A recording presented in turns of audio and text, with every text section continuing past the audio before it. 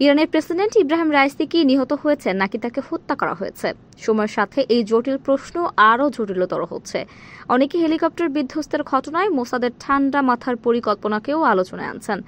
ইসরায়েলের তরফ থেকে এই বিষয়ে কোনো প্রতিক্রিয়া জানানো না হলেও তারা যে রাইসির মৃত্যুতে বেশ খুশি তা দেশটির শীর্ষস্থানীয় নেতাদের বক্তব্যের মধ্য দিয়েই প্রমাণিত হয়।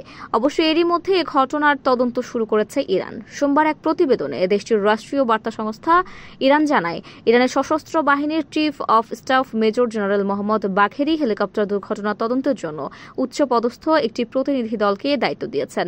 ঘটনাস্থলে ব্রিগেডিয়ার আলী আবদুল্লাহির নেতৃত্বে দলটিকে পাঠানো হয়েছে। এর মধ্যেই তারা তদন্ত শুরু করেছে। মিশন শেষ হলে তদন্তের ফলাফল ঘোষণা করা হবে বলেও জানানো হয়েছে। গত শনিবার আজারবাইজান সফরে গিয়েছিলেন প্রেসিডেন্ট রাইসি। রোববার দেশের প্রেসিডেন্ট ইলহাম আলিয়েভের সঙ্গে তিনি দুদেশের যৌথভাবে নির্মিত একটি বাঁধ উদ্বোধন করছিলেন। সেখান থেকে 3টি হেলিকপ্টারের বহর নিয়ে ইরানের পূর্ব আজারবাইজান প্রদেশের রাজধানী তাবরিজে ফিরছিলেন রাইসি ও তার সঙ্গে থাকা অন্য কর্মকর্তারা।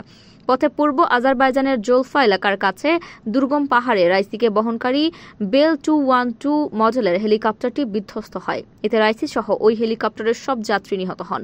অবশ্য অন্য দুটি হেলিকপ্টার নিরাপদে গন্তব্যে পৌঁছায়। রাইসের মৃত্যুর পর ইরানের অন্তর্বর্তীকালীন প্রেসিডেন্ট হিসেবে নিয়োগ পেয়েছেন মোহাম্মদ মোখবার। আগামী 28 জুন প্রেসিডেন্ট নির্বাচনের তারিখ ঘোষণা করেছে ইরান।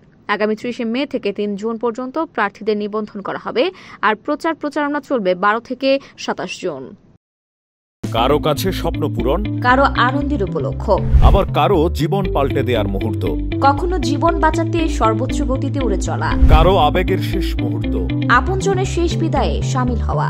এমন সব ইচ্ছে পূরণে সর্বনিম্ন ভাড়ায় দ্রুতগতির বাহন প্রবাসীর হেলিকপ্টার। আপনার প্রয়োজনে যোগাযোগ করুন আমাদের হটলাইনে।